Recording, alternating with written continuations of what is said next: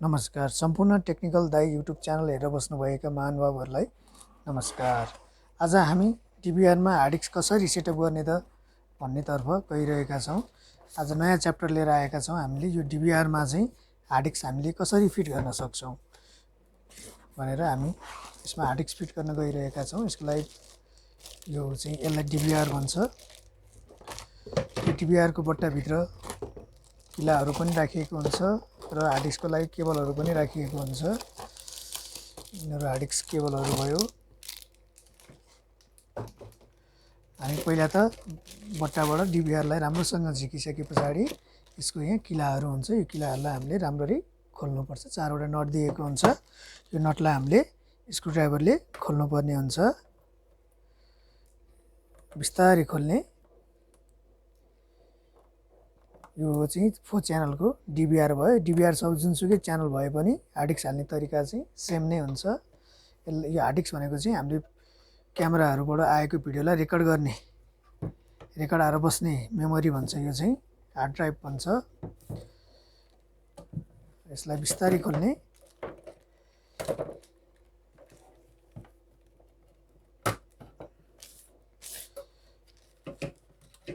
यसलाई हामीले ओपन गरिसके पछाडि यसमा चाहिँ यस्तो हुन्छ भित्रपट्टि। अब यसलाई हार्ड डिस्क फिट गर्ने तरिका हाम्रो यो हार्ड ड्राइभ भयो। यो हार्ड डिस्क चाहिँ अब हामीले आफ्नो स्टोरेज अनुसारको हार्ड डिस्क लगाउन सक्छौँ। कतिवटा क्यामेरा छ त्यही अनुसारको हामीले यसलाई हार्ड डिस्क दिन सकिन्छ। नर्मल्ली हाम्रो एउटा क्यामेरा छ। एउटा क्यामेरा भएको कारणले गर्दाखेरि हामीले यसलाई 1 TB को हार्ड डिस्क राखेका छौँ। यो हार्ड डिस्क चाहिँ आफूलाई कति दिन रेकर्ड हुने, कति चाहिँ टाइम रेकर्ड हुने त्यो अनुसारको राख्न सकिन्छ। यो आफ्नो क्यालकुलेसन अनुसार राख्ने भयो हार्ड ड्राइभ। अब हामीलाई धेरै दिनको रेकर्ड चाहिन्छ भने हामीले हार्ड ड्राइभको मेमोरी बढाउन सक्छौँ। यो 1 TB, 2 TB, 4 TB, 6 TB र 8 TB मा पाइन्छ। अब यसलाई हार्ड डिस्कलाई हामीले खोलेर स्क्रुड्राइभरले कस्दिने। यसरी स्क्रुड्राइभरले कसिसके पछाडि यो बलियो हुन्छ। यसलाई 4वटा स्क्रु लगाएर टाइट गर्नुपर्छ। हामीले यो हार्ड डिस्क चाहिँ एकदम टाइट गरेर 4वटा स्क्रु हालेर टाइट गर्नुपर्ने हुन्छ।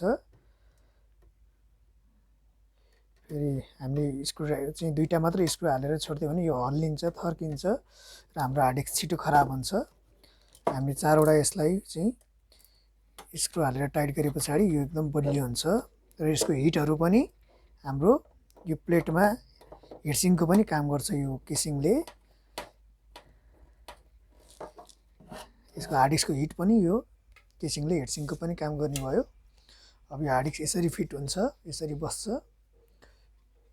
अब यसलाई हामीले यसमा ब्याट्री पनि, सिमस ब्याट्री पनि यहाँनिर लाग्छ। ब्याट्री पनि लगाउनु पर्ने हुन्छ। ब्याट्री चाहिँ हाम्रो घडीको लागि युज हुन्छ। हाम्रो रियल टाइमको काम गर्छ यसले। यो भएन भने हाम्रो डेट एन्ड टाइम मिल्दैन र सधैँ एउटै डेटमा चल्ने हुन्छ। यसलाई हाम्रो डेट एन्ड टाइम मिलाउनको लागि यो ब्याट्रीले काम गर्छ।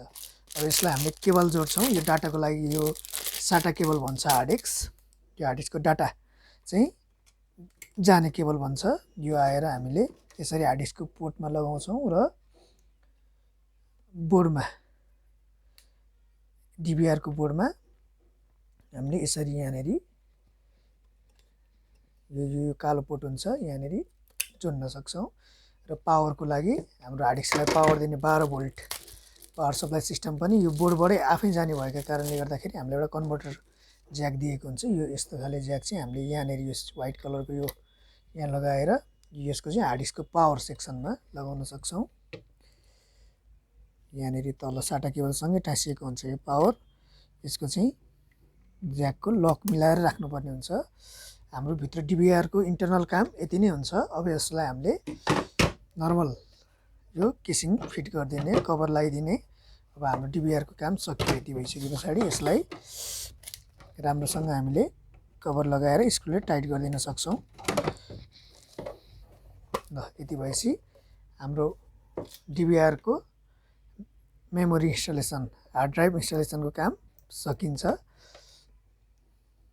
यो चाहिँ भयो हाम्रो डिबिआर अथवा एनबिआर। अब अहिले त एनबिआर धेरै चल्छ, डिबिआर धेरै चल्दैन। यो डिबिआर अलिक पुरानो मोडल भइसकेको छ। अब यो डिबिआरमा पनि हाइब्रिड डिबिआर भन्ने आएको छ। जस्तै आइपी क्यामेरा र नर्मल एनालग क्यामेरा दुइटै सपोर्ट गर्ने खाले हाम्रो डिभिआर पनि आइसकेको छ। त्यसलाई हाइब्रिड भनिन्छ। नत्र त हाम्रो अहिले त एनबिआरै बढी चलेको हुन्छ। एनबिआरमा पनि तरिका सेम नै हो, राख्ने तरिका सेम नै हुन्छ। यो चाहिँ हाम्रो डिभिआर अथवा एनबिआरमा हार्ड डिस्क मेमोरी फिट गर्ने तरिका भयो।